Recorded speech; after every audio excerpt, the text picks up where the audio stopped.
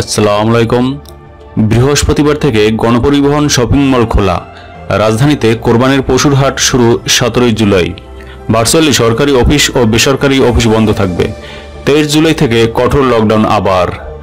15 জুলাই থেকে চলবে ট্রেন, আজ থেকে অনলাইনে টিকিট। করোনা ভাইরাসের সংক্রমণ নিয়ন্ত্রণে চলমান বিধিনিষেধ 15 থেকে 22 জুলাই পর্যন্ত শিথিল করা হবে। 23 জুলাই থেকে ফের কঠোর বিধিনিষেধ জারি করা হবে। গতকাল তথ্য অধিদপ্তরের প্রধান তথ্য কর্মকর্তা পিআইও সুরত কুমার সরকার স্বাক্ষরিত এক তথ্য বিবরণীতে এ তথ্য জানানো হয়েছে।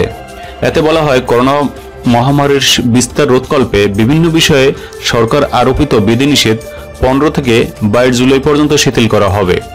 এ বিষয়ে মন্ত্রিপরিষদ বিভাগ থেকে মঙ্গলবার প্রজ্ঞাপন জারি করা হবে। তবে 23 জুলাই থেকে ফের কঠোর বিধিনিষেধ জারি করা হবে। এদিকে 15 থেকে 22 জুলাই পর্যন্ত বিধিনিষেধ শিথিলের কারণে এই সময় কঠোর স্বাস্থ্যবিধি মেনে চলবে গণপরিবহন। খোলা থাকবে শপিং মল, দোকানপাট।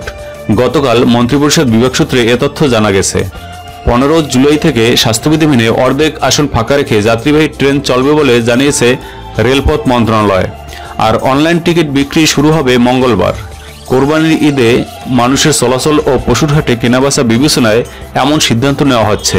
এই সময়ে সরকারি অফিস থাকবে ভার্চুয়ালি, তবে বন্ধ থাকবে বেসরকারি প্রতিষ্ঠান। অন্যদিকে 17 জুলাই থেকে ঈদের দিন 21 জুলাই পর্যন্ত 5 দিন রাজধানী ঢাকায় পশুর হাট বসবে।